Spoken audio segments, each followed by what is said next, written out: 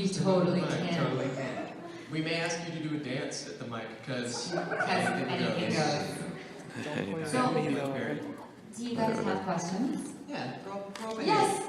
Here's a question. Okay, in the film Con Artist you guys made, did that Sasuke cosplayer ever get his kunai back? No.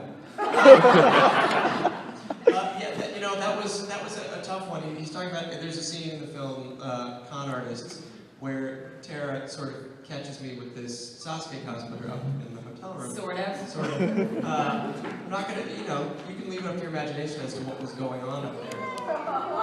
Kunai throwing. Is anything goes panel, so we're like, Want me to record the entire thing? I was upstairs. How is that going? How is the upstairs going? Not as busy Oh, as yesterday. Yesterday was like, It's because everybody's down here. We were lucky to find an actual cosplayer, a girl who was cosplaying Sasuke, who was totally willing to go along with our shenanigans. Yes, that was over 18. Right. and she could sign her own release form. Yeah. And then B was willing to come play with us upstairs in the hotel. She did get her kunai back. Yes. And if you haven't seen the film, I guess now you'll have to. And actually, several people from Anime Vegas saw themselves in the film, which is very That was the most fun yesterday after the screening, running into people who were like, I saw myself in your film! That was cool. Yes. So, and now we are officially welcoming Miley. Since she came in the middle of that conversation. That's right, it's totally casual, we're all just in here. And because it's because Miley is going to be sharing her breakfast with all of us. And when I say sharing, I mean she's going to be eating for demonstration purposes only her breakfast for all of us. And the plate. Which takes a lot of work. Maybe not. But you can nibble away. Nibble. We're just We were asking if anyone had a asking question. questions. So it's a fireside chat. Yes. Yes! About a movie, Con Artist, I was really moved by it and I loved it. But the thing is, I didn't see the ending because I had to leave. You want to know how it ends? I don't want to know how it ends. This is spoiler alert time. And that was the most moving part. I'm glad that you were moved throughout. Thank you. But your question for real. My question for you, Oh, your No, question for real. Your real question. Because we interrupted you several times. And I'm actually trying to get you back on point. alright. Is there going to be another screening or? Yes, so the plan with Con Artists, thank you for asking, and thank you for all of you who actually ended up making the screening. You guys were a test audience for us. We've only shown it for one other group of people besides cast and crew, and that was last weekend when we were in London Comic Con. We showed it for a group of fans and convention goers in London. And what we're trying to do now is take some of the feedback and some of the comments from the fans at conventions and share it with the director and get a plan together. And we're talking to several distribution companies, and we're trying to figure out the plan for that, whether we're going to do VOD or put it out on DVD, or how we're going to be able to get the film out so that everybody can see it and enjoy it, just like people that got to see it at the screening. So we don't have a plan yet, but you can track us on conartistsmovie.com, that's our website. And we also have a Twitter feed handle, name, account, there we go, and I was like, whatever that thing is called. It's at Con Artists Movie, and we will keep people updated, as well as Yuri and I are whores on the internet, and we tweet and Facebook, everything that happens to us all the time. I'm doing it right now in my head. So we will get the information. I have a question. Yes. When you guys tweet at each other, are you in the same room or you just happen to be? Sometimes. Sometimes. Okay. So what's funny about that is a lot of times, like, we do our things in our lives. Like, we're here right now with you guys, and we're all sitting down, we're talking. We're clearly not on our phones, right? We're clearly, hopefully, we're not on our phones, except Yuri's on his phone right now. But so we're doing this, right? And then we go and we have 10 minutes, and we realize that we have to check our email and things like that. So we both go sit down, and we're like checking our email and then getting on Facebook and getting back to people. So we're both simultaneously on our phones in the same vicinity, but we're not like talking to each other while we do it. Like, so I'm like, oh, I saw that Yuri just tweeted, so I'll just tweet. Which is kind of sad. But we do try to stay on top of stuff. Because it'll be like, yeah, I totally saw that too. And I'm like, are you guys? But sometimes we're not in the same room, so sometimes Yuri will be like at a session on his 5-minute break, and I'll be doing auditions across town, and I'll happen to be like, oh my god, Yuri, this is so fun. He's like, oh, I just saw that billboard. And people are like, yeah, because you guys were driving together. And we're like, no, actually, we weren't. We just together. That was, here's a classic LA moment for you that was really beautiful. Because Tara and I, she's off on her stuff during the day, and I'm doing my stuff. And I was driving around, and she was driving around in LA, and I got her on the phone, and we were talking, and we were catching up, and the conversation got to where she was going, and I'm like, oh, that's really funny, because wait, where are you right now? She said, oh, I'm going down, you know, whatever street at the corner of, I'm like, oh, yeah, hold on a second, hi! I mean, Driving, we're like, literally, all of a sudden I realized we were sort of going, you know, in opposite directions. so I'm sure all the other drivers on the street were like, why are those people so crazy? I love your car! That's a classic element. Yes, That's there a is. stand up over here. I thought it was really interesting that I remember actually being there. I was there for the filming that happened at AV, and your director had like the weirdest tripod ever. Remember? It was a little spider tripod? No, it was like a pole. Oh, it's a And- monopod. Yeah, We had a monopod, yeah. That was weird. An idea that you guys could do for distributing this Oh, yeah. documentary Uh-huh. is kind of what the Brody documentary did. Was I found out it actually premiered on Logo TV. Uh-huh. Trying to get into one of those like indie channels first and premiere it that way. That's a great idea. I'll have to talk to John. My friend John Delancey directed the movie that you're talking about. The one on, yeah. Yeah. He's really awesome. He's a great guy. I'll have to talk to him about that. Thank you for that idea. That's a brilliant idea. I hate to put you on the spot, but you gotta make sure that people understand it's kind of a mockumentary because your acting is really realistic. Oh, did we scare you? That's a great. Did that's you a think great I was moment. mean? Yeah, we do try to let people know it's a mockumentary, but it's hard to do, which is why we were looking for this feedback, to see if people are confused, to see if people understand that it's a comedy. Even though I had been at the filming and I knew it was set up and it was really funny how we had it set up. Uh-huh. And some of the scenes that were left on the cutting floor from that were funny too. Yeah, I know, it's so hard to get them all in. Yeah, but I was like, wait a minute. No. Plus, my mom makes me look like I'm the worst person in the world because she's so good.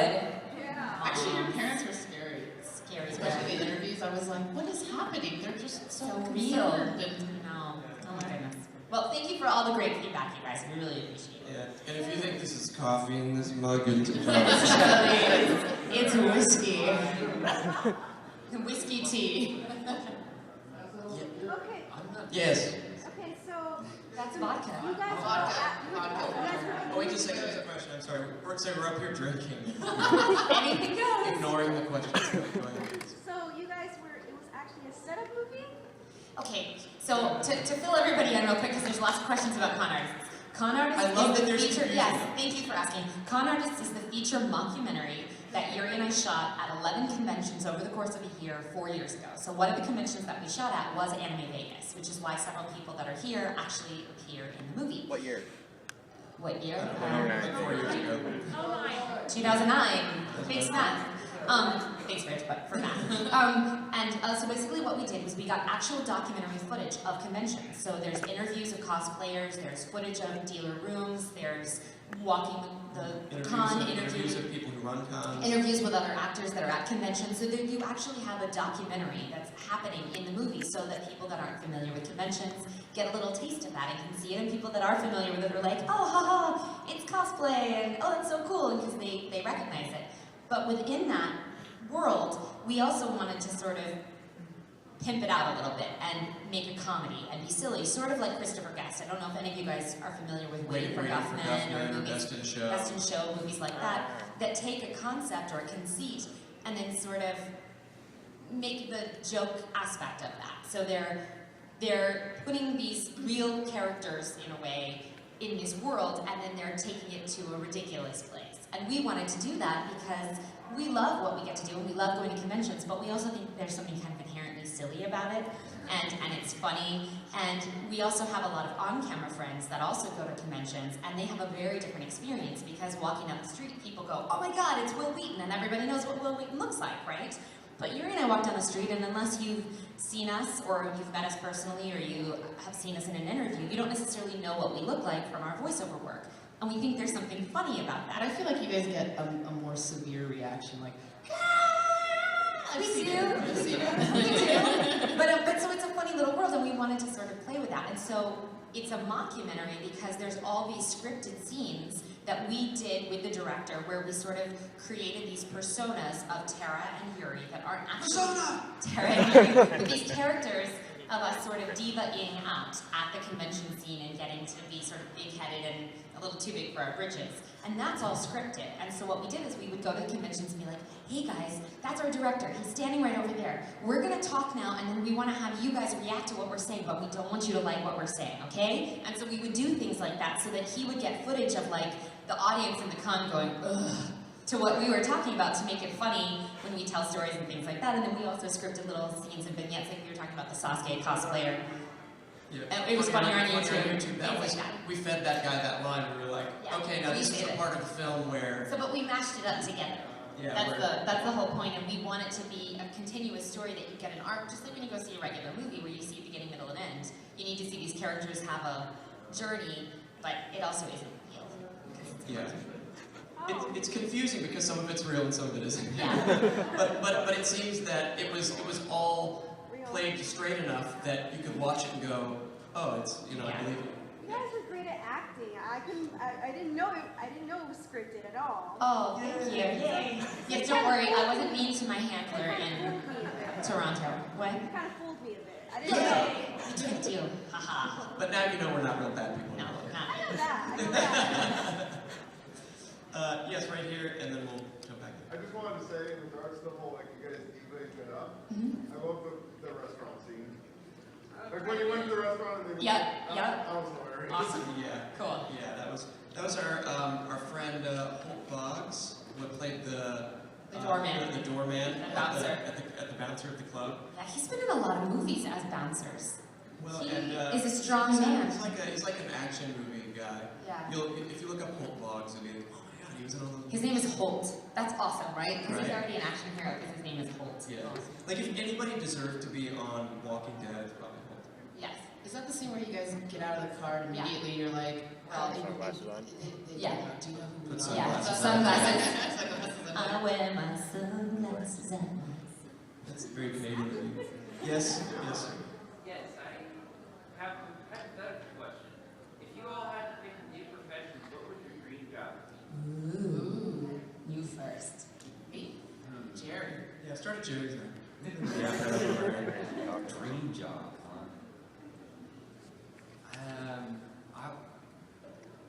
Does it have to be a job? I think the dream is to not have a job. I could be wrong there. It could just be me. No, but you get to do nothing till I heard. Oh, I would do things, but I wouldn't. It's not as a job. Right, I wouldn't worry I would about like make sandwiches. having to make my money for it. You know, I would just rather be independently wealthy and do whatever I want to do. Oh my god, you could be Batman. Branson in real life. Or Richard Branson, he built spaceships. I was going to say Elon Musk, but whichever. Virgin Oh, Galactic. that's a fun one too. Yeah. Am I next? Yeah. Why? Okay, so nothing to do with entertainment, right? I always wanted to be an astronaut. You know, there was that thing where they were auditioning people to go to Mars. Do you remember that? I don't think they were auditioning. I think they were psychologically testing you to see if you would survive. It's a little different than an It's a little audition. different than an audition. No, it was like they were auditioning people for a reality Because show. it's a reality show, you're yeah, right, you're right. and then But it's a one-way It's trip. a one-way It's a trip. one-way You live there for the rest of your I life. contemplated it. Wow. More than a second. Wow, you're a braver woman. I like the positive spin though. You live there for the rest of your life instead of saying you're gonna die. Well, that was implied. Yeah, that was So you would implied. look back and blue dots. Instead of that just was saying you're going to life. break up in orbit and probably never make it. Aw. But yeah, I always wanted to go to space, which is more possible now with Virgin Galactic. Does it have to be a real thing, or can it be imaginary? It would be imaginary. Okay. Anything goes. Damn it! What? So I would be an adventurer, and I would have an airship, and I would battle like space pirates, but not like outer space. Sheep Sky are outer pirates. space. I'm gonna Sky be the outer pirates. space. And it would be like all steampunk and Jules Verne, and I might have like an underwater rig. You'd be in I would do Cowboy experiments. What? Bebop. You'd be in Cowboy Bebop, essentially. Essentially. Yes. But not in space. Basically, if you could be... But I would be in a really cute little outfit, because I would have like goggles and... Oh, would they be permanently on your forehead? Yes, and I would have like fun, different colored hair in braids and stuff, and I would have lots of little pouches with, I don't know, things, Tools. Let's make that movie. That's Yeah, a job. I want to be in that movie. But I mean, like, you know, in my imagination. Yeah. I would probably be a chef. He's amazing as a cook. I love cooking. And he's really good at it. I get to eat all his creations. I'm definitely the food maker in our house. No, you made the cookies. Okay, so here's a funny story. I'm going back to con artists for a second. So in the scene where I bake cookies, Yuri made the dough for me, the cookie dough. And then he was like, okay, so this is what you do. You're going to just dump the chocolate chips into the cookie dough. And I was like, okay, I can do this. So I made the cookie dough and I was like, I look like I'm making cookies. And I put them on the little sheet. And I opened the oven to put the sheet in. And if you know our kitchen, you understand that the sheet will not go in front to back. It can only go in side to side. So I put the sheet in front to back, and then I can't shut the door, so we had to yell cut. So luckily we cut the movie where it looks like I put it in, but when you see me take it out of the oven, the sheet has been turned, because you're like, you can't put the cookies in that way. I was like, I don't know. So I did not actually bake those cookies. But she's such a good actor, it looked like she. That and you were wearing like a. I was wearing a cute little chef's outfit. I like that little thing, the bandana. Oh my god, ridiculous. Ridiculous. Oh, yes, right here. Come on, good water, good coffee water. You got a gift? Oh, Really? well, do you want to give it to us? I wasn't sure if you were just saying you had a gift and you weren't going to give it. You can. Or it was like, well, I had a gift. You'll know of it. Oh my god. Did you make that? That's gorgeous. Okay, clap.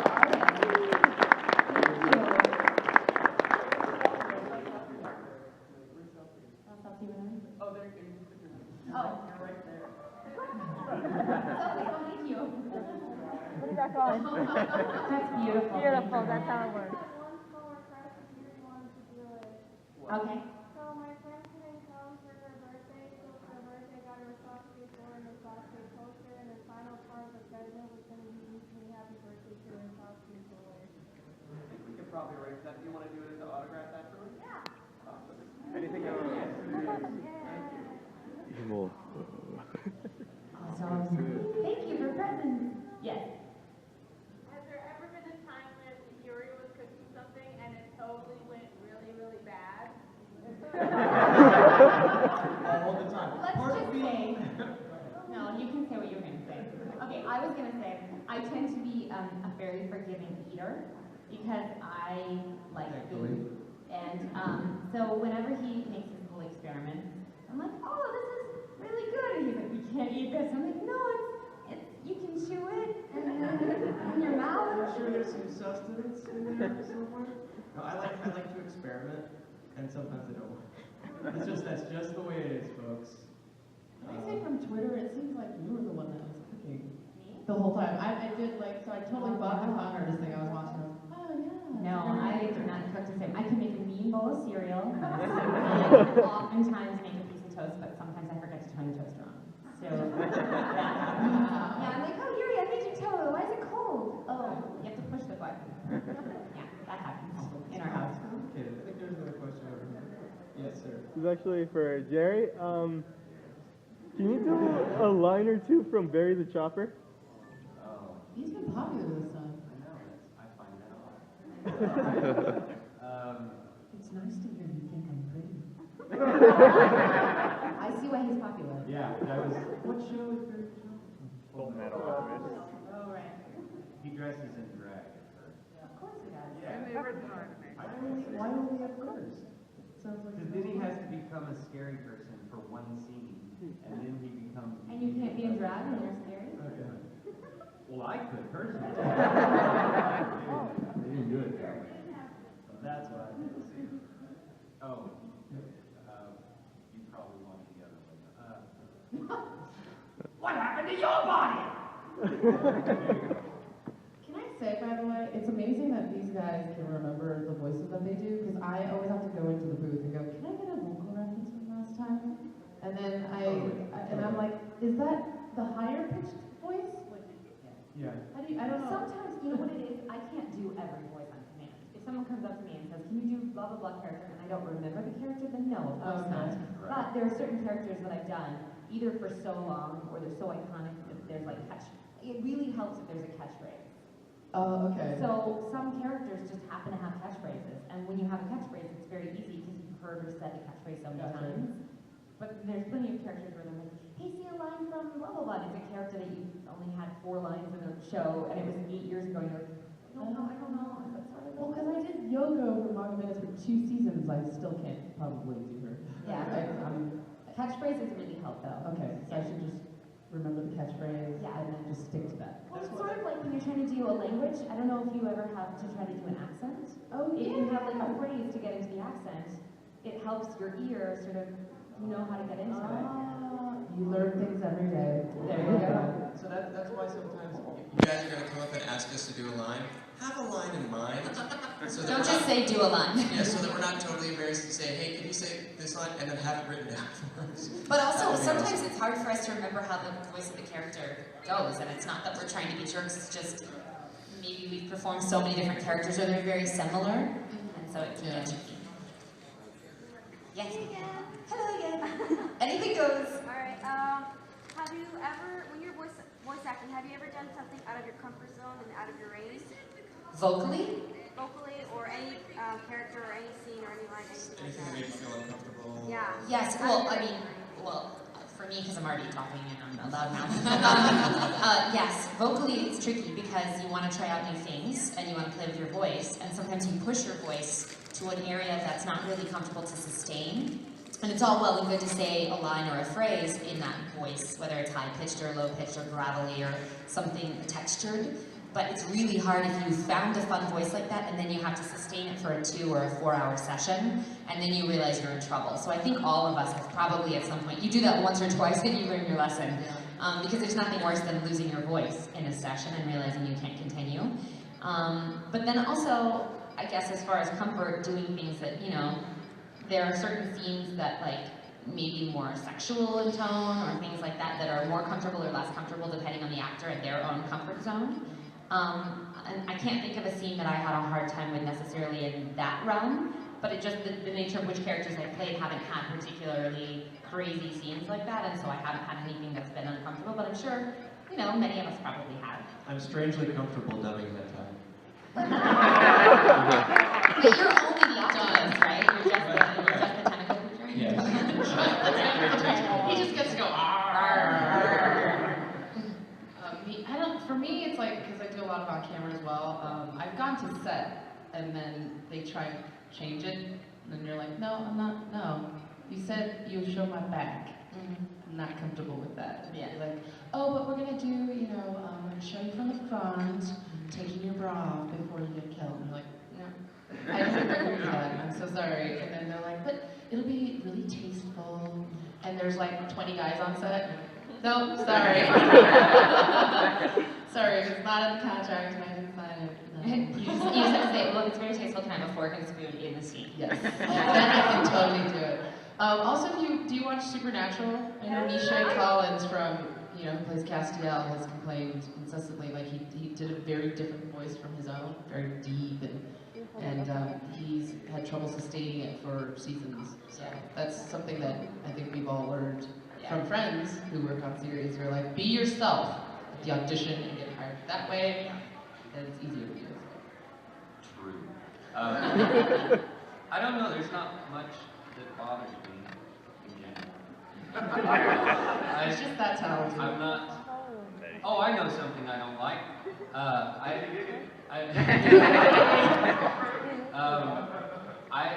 I don't enjoy when you're playing a character and then they go, all right, here's a flashback scene to when you were 4.